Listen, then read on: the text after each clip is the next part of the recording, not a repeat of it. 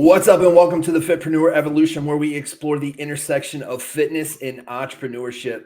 Just as every week, guys, I got another awesome guest. And, we've kind of been through a mentorship together, so he definitely knows the value of investing in himself.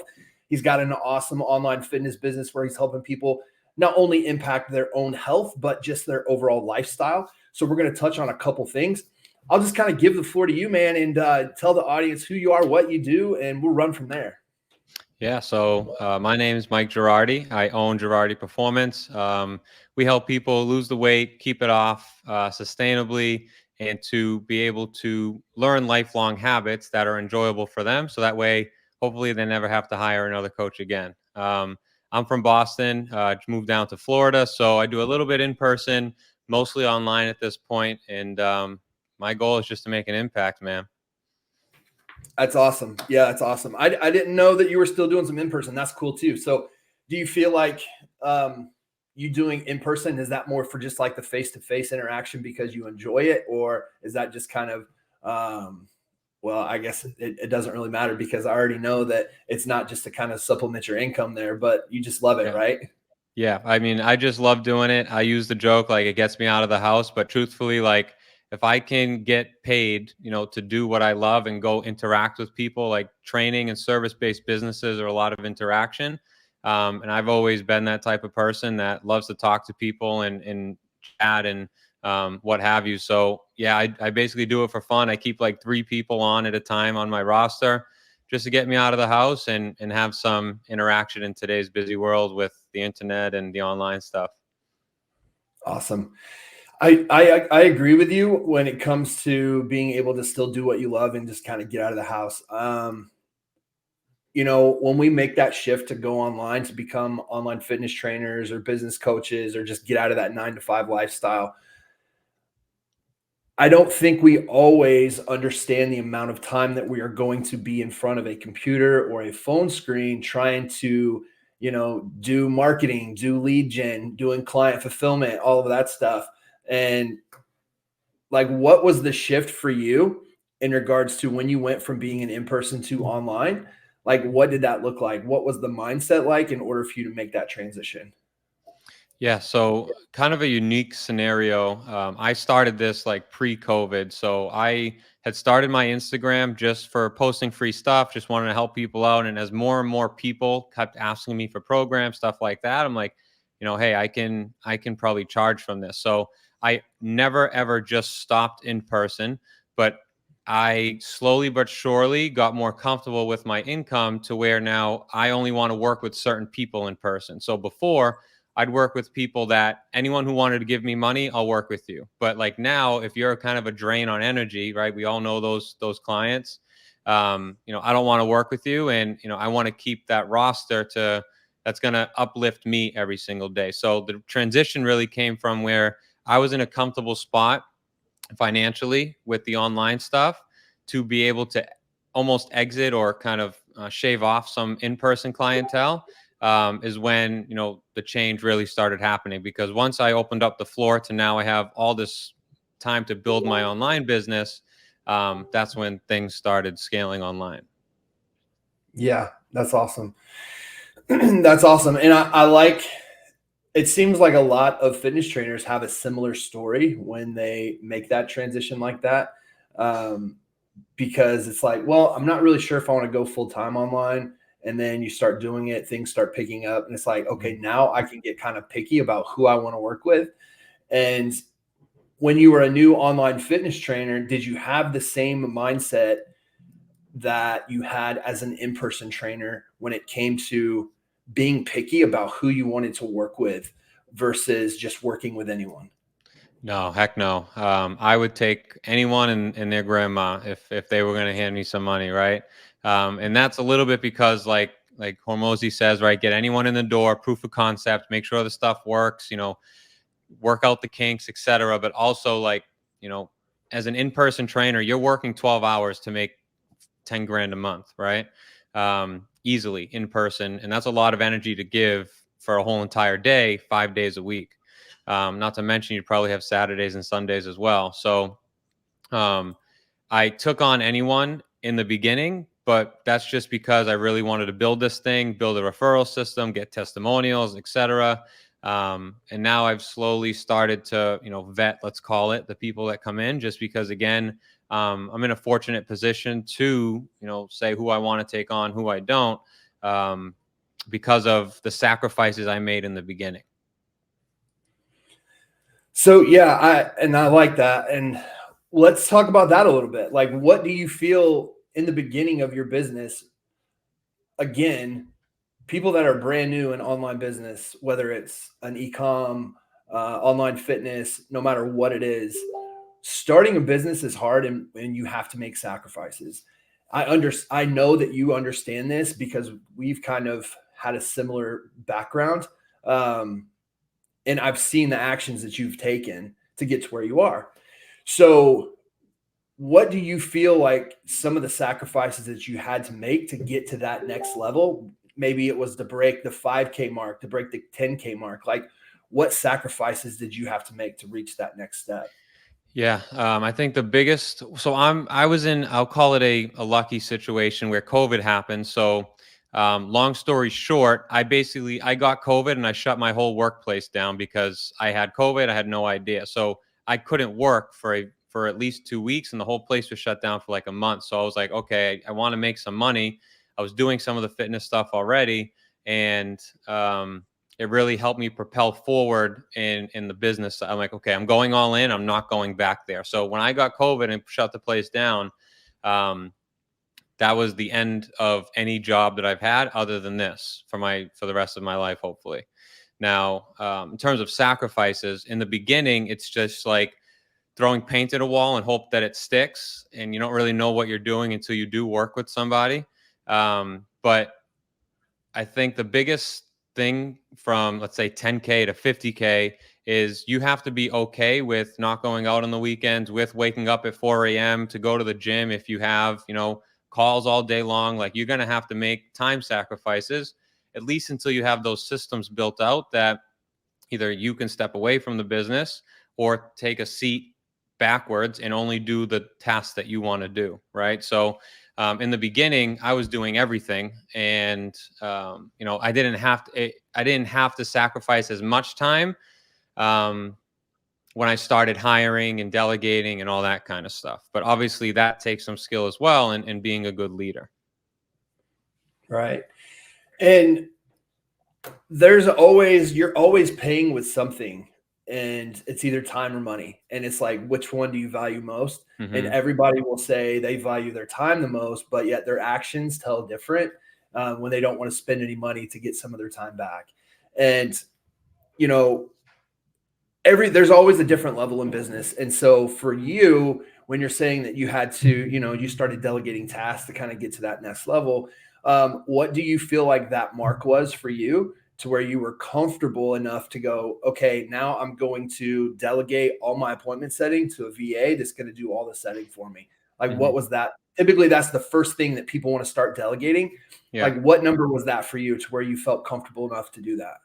I don't think it was a number per se. I think it was like, I'm a very data driven guy, right? So, one, I always say, like, you can't hire out until you know how to train someone to do exactly what you're doing, right? So, a lot of people want to start and just hire out because messaging stinks and it's boring. But, like, how can you ever expect that hire or employee to improve if you have no idea how to improve that person? Like, they're relying on you. So, you have to learn the game first. And once you get your feet dirty or mud in the water, whatever you want to call it, then you can hire. Um, I don't think it was a number for me. I think it was more data driven, where, okay, if I can find someone that's commission only, that's a win-win for me. So my first ever hire was commission only. Her name was Judith. She lives in Nigeria.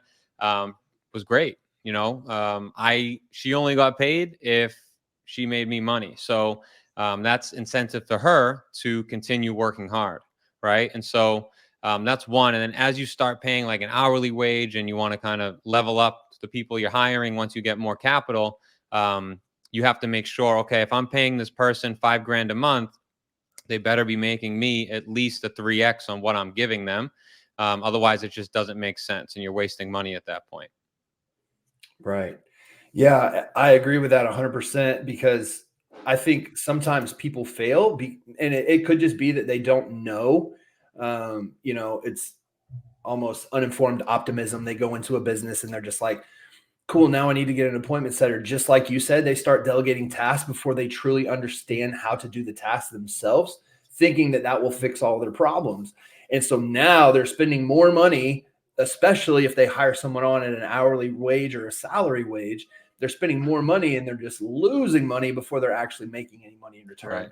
So, yeah, I agree with that. And in regards to the numbers situation, looking back, like typically I see people start delegating that task out at about, anywhere from that 6 to 8K a month. Then they're typically like, okay, I think I can start, having someone else do this because I'm getting capped for time doing other things, whether it's content creation or sales calls or client fulfillment or something like that. So do you run all your sales calls yourself? Yeah, so it's the only thing I haven't hired out for yet, just because in my calendar I still have enough time. So until I start losing money because I don't have enough time to take calls on my calendar, I'm just going to take the calls. One, because I kind of like it, and two, the volume isn't to the point where I need to hire yet. But that'll be my next and probably last hire is the sales side of things. Cool. Yeah. And I respect that because I see people drop the ball there when they try and hire that position out like in the beginning or too soon. And I feel like that is the most, I wouldn't say the most important position, but it's the closest to the money. Hmm. And especially if you're running paid traffic or you're paying a salary for an appointment setter, they're actually booking sales calls for you. And then your either one, your no show rate is not very good because you're not following up, or two, your sales call close percentage is trash. And it's like you're just leaving money on the table. So that's awesome. Yeah, I respect that. Yeah. I mean, I no one feel knows like, your business better than you, right? So you have to go in with the understanding like your best hire may be 80% of you, but if you could do 80% of you but double the volume, then it makes sense. But if you're 50%, if you're closing at 20% and then you try to hire someone, that's not going to work out if you don't know what you're doing or your product, what works, how to train them. But also, no one's going to be better than you because this is your service. right.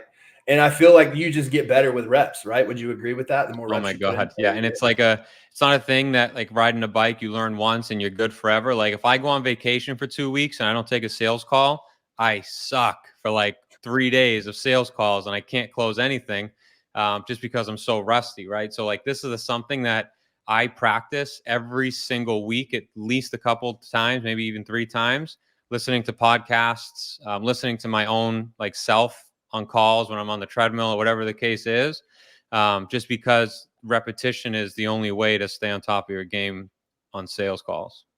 Yeah.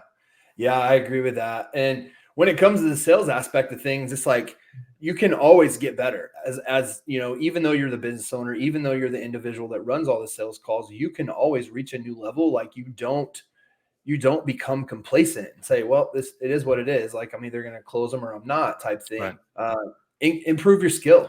And you being a data-driven person, always looking at the numbers, there is something called the law of averages.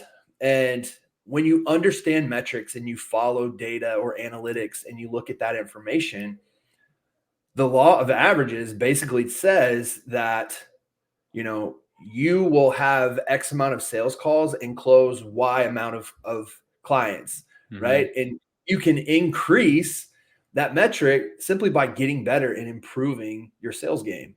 Right. And when that's like the biggest thing. Like when you go into stuff blind without knowing any data or metrics, and if you're new, like I totally get it, like you haven't put in enough reps yet, but when you're at the level that you're at, um, you can always increase it just by simply looking at the metrics. And selling from a place of desperation is something I feel like a lot of newer online fitness coaches do because they Hmm. feel like they have to close every deal. And one of the mentors that you and I had shared, I've seen some of his stuff. And it's so dead on because I used to do the same thing the beginning of business. And it's like you're on that call and you tell them you drop the price and they're like, oh no, I can't afford that. Okay, well, what about this much? They're like, no. Well, what about this much? What Yeah. about this much? And Right. visually like, no, dude, like I'm not buying it. Yeah. It's not a money thing at that point that we both know, right? Right, exactly. But understanding those metrics, it's like when you start tracking metrics, it tells you a lot. You need to know what's your show rate, what's your close rate, how many sales calls do you have to book before you can get one closed? What's your cost per client acquisition? And you don't, if you're not running paid traffic, you can do it in the amount of hours or the amount of conversations that you have to have. It's like, I know that I have to have 5 conversations to get one booked call. Right. Like that's a metric. Do you know, do you agree do you follow your metrics pretty good, like track them and stuff like that? Yeah, definitely. Systems is one thing that I really prioritize and make sure I have because I want to. When you hire too, you need to know if they're doing well or not. Right? They may tell you you're doing well, or you may think they're not doing well, but the numbers don't lie. So if they're tracking everything in sheets, then you have your averages. You have again how many messages that you need to make this much amount of money based off how many calls that you're getting in from those messages. So it's all very, very helpful. I think Yeah. another thing is understanding what is a good KPI versus like not a good KPI, right? Um, Industry to industry is going to change, but like response rate, is it 30%? Is it 20%? Is it 60%? Booked call close, all those understanding KPIs is also the next factor because what's good's tracking if you don't know whether it's good or bad. Right.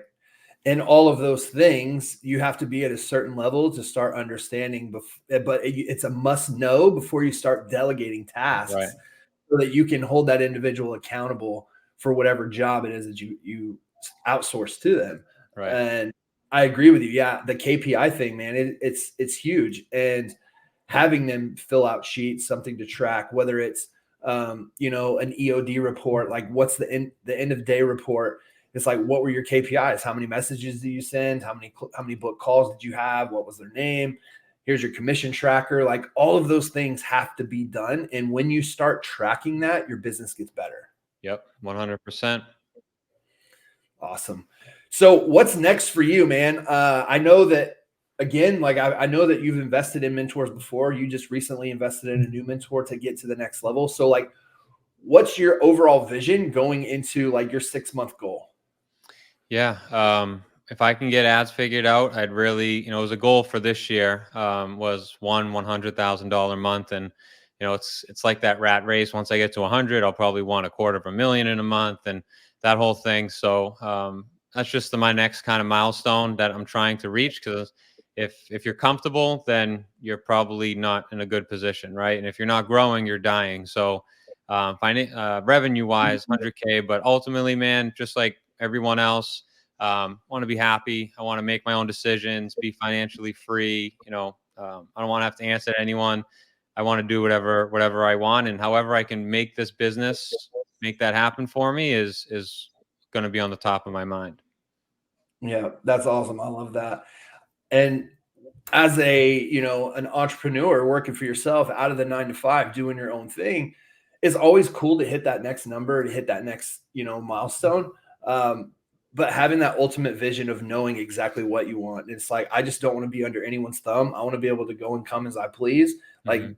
I've already achieved my goal that I set out to. The revenue thing, that's just a bonus, Right. right? Exactly. It's like a game at this point, man, right? Like I'm sure you've had some months where it's like, is money even real? Like, is this thing even like, what is money, right? Just because you have so much coming in, but then you also have like some down months, of course, but you get on that high and it's like, okay, after a certain point, money only does so much. It's more about like what is within and what can you do with that and how can you make an impact for the better of the world.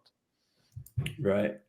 Yeah, and I've been there when we're talking about the money aspect of things. It's like I see so many people that they say that, you know, money can't buy happiness, or money, money is not tangible, or whatever it may be. And it's like, well, I agree to an extent that money can't necessarily buy happiness, but it makes life a lot easier. I Mm-hmm. remember going back to days where it's, constantly when I was working, like as just a typical blue collar worker, man, is like, wake up, I need to check my bank account. Like, how much money is in the account? Got to go get gas. Is there enough to get gas? All of this. And when you're able to unattach yourself from having to do those things, it just becomes so much more freeing. It's like you're just swiping your card. It doesn't matter. Like, you're not going to run out. And it's an Yeah. amazing feeling that I think everyone should experience. Yeah, for sure. And that's I think if everyone got a little taste of that, it definitely light a fire under a lot of butts. Yeah, definitely. Definitely. So going forward, man, like, you've got your 6-month goal, you got your 6-month vision. Let's look a little past that. Where do you want to be going into 2025 for yourself and your business? That's a year milestone for you. Like, where do you see yourself then? Yeah. So at that point, I'd probably want to completely exit the coaching side of things and just work on building the business as big as I can. Like I said, it's like a game, right? And then business aside, like it's my money generating tool, but long term, like real estate investments, etc., maybe venture capital, stuff like that. Um, that I'm probably going to dip my toes in at a certain point. But that's like my 2025 vision is definitely be a millionaire by then. Um, and, you know, be in that position to bounce back and forth between Florida and Boston, or a lake house in a summer home and that kind of stuff. That's my goal. I think is definitely achievable by 2025. Got to travel too, man. Got to travel the world. I have a lot of places to see. Yeah, I like that. I like that. Well, it's definitely achievable. You've got an awesome mindset. You've got the discipline behind you to do it, and you've achieved this much so far in revenue. So it's only up from here, and that's awesome. I appreciate the conversation. If people are interested, maybe they want to learn more about working with you from a fitness standpoint, or maybe they just want to kind of pick your brain because they're a fitness coach and they want to know, is this actually achievable for them? Like, Mhm. what's the best contact method? Where can they go to reach you? Yeah, so potential fitness clients or just coaches that want to pick my brain a little bit, I'm an open book. You can reach me on Instagram, Facebook, etc. Instagram's at Gerardi Performance, Gerard as in dog I Performance. You can shoot me a message on Facebook, Michael Gerardi, or even email mike@gerardiperformance.com, and I'd be happy to help you out and answer any questions. Awesome. Awesome. And for you that are driving, that want that information, don't freak out because you don't have a pen in your hand. I'll attach all those hyperlinks down in the footer of this podcast. So when you get to a safe spot, you can just click it and it'll take you right to them. So cool, man. That's awesome. I appreciate the conversation. And do you have anything else that you want to share with the audience, or let them know about before we jump off here? Yeah, I'll talk to two different groups of people. One, if you are unhappy with the way you look, the way you feel, you're thinking about getting a coach, you're on the fence. Life is short. Money comes and goes. Do it. Find yourself a good coach, whether it's me or somebody else. Everyone can use a coach from time to time. And all you fit pros who are on the fence about whether you should hire a coach, or if you think you know it all, do your research. Hire a coach. I promise you, you don't know everything, and it can only help you. It won't hurt you. I love that. I love it. Yeah, man. Awesome. Awesome value. I hope that all of you guys listen to that coming from him, who he's done 50K months as a fitness professional, and he's invested in himself over and over again because he knows the value in it. So that's awesome. I appreciate the conversation, appreciate the connection. And for all of you listening, I will see you guys in the next one.